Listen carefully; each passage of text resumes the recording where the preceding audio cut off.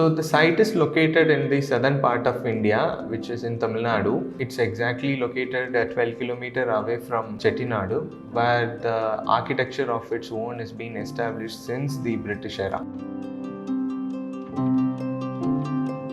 So the traditional ideology of the houses which you see in the south is being like sprawled from the Chettinad architecture only. The take we took for this project to imbibe the ideas of the traditional architecture into a contemporary looking home. And initially the brief was very simple.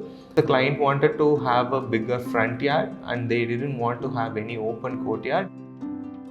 So the site extents is about 80 feet by 50 feet and it is actually east facing. So we had an NH running in front of the house. The frontal area has bigger lawn and the peculiar parameter about this particular space planning is the central axis, where you can see in all the Chettinad houses, the entry and the exit door will be directly aligned to each other. And the reason behind this inclusion of the frontal deck is directly influenced from the Chettinad architecture that actually hosts some outsiders as well. So it's for their resting space. Since the client is actually a teacher, she used to conduct tuitions for the local kids. So that is the reason behind the frontal deck. And proceeded from the deck, you'll be having the vertical circulation space over here.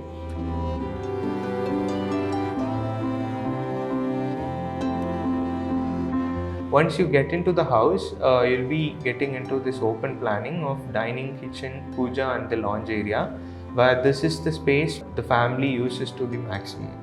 And followed by that space, we'll be having our bedrooms.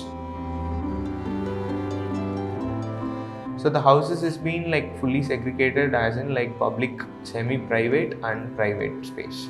The spaces is actually Vastu complaints. So the house features 3 bedrooms. 2 bedrooms are on the ground floor and the third bedroom is actually on the first floor. So the first floor features a lounge area as well. It becomes more like a space for yoga and stuffs like that.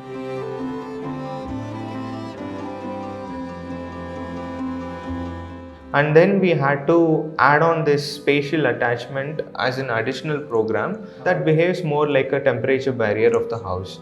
We had to open this particular deck areas and we have added some permeable skin to the overall structure, and those things is being further accentuated by the introduction of the landscape as well as the frontal little pond over there. So that's been strategically placed in order to like cater the actual passive cooling into the house.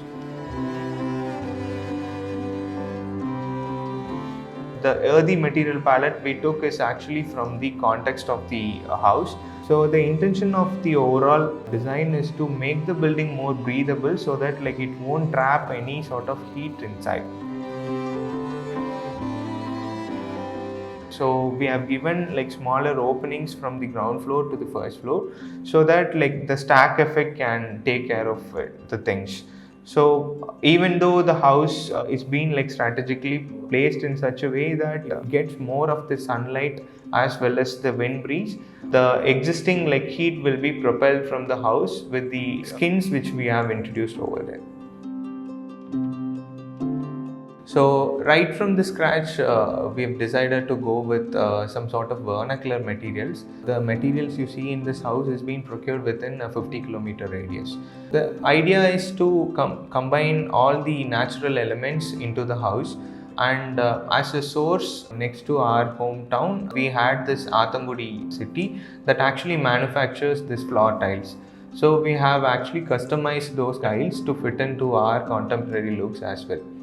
So dissecting the overall house and the materiality we see over here, we had introduced this marble plaster, which is a mimicked form of the traditional egg plaster that's been followed in Chettinad buildings, where it's a combination of dolomite, which is the finest form of marble, and followed by white cement, lime and grey cement to attain the specific color.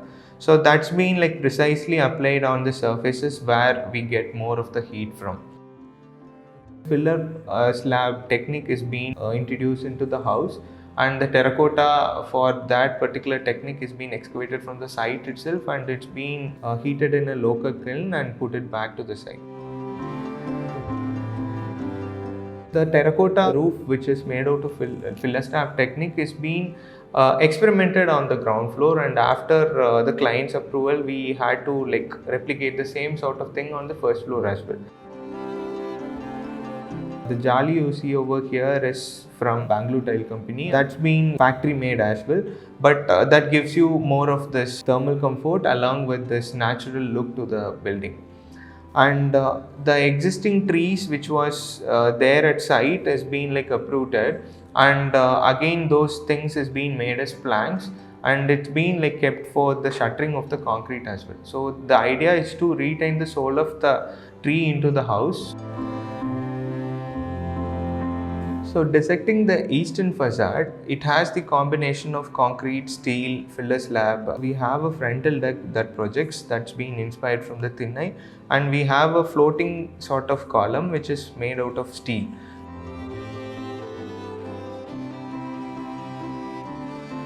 In any Chettinad house, you can see the industrial era's influence as well. So most of the elements is being made out of MS. And if you see the projections, it's been consciously done to avoid the direct heat hitting into the surface of the house. So since the house doesn't feature any courtyard, we have given the skylight as a mimicking idea of any courtyard. So this space is designed in such a way that the morning sun hits directly into the jali.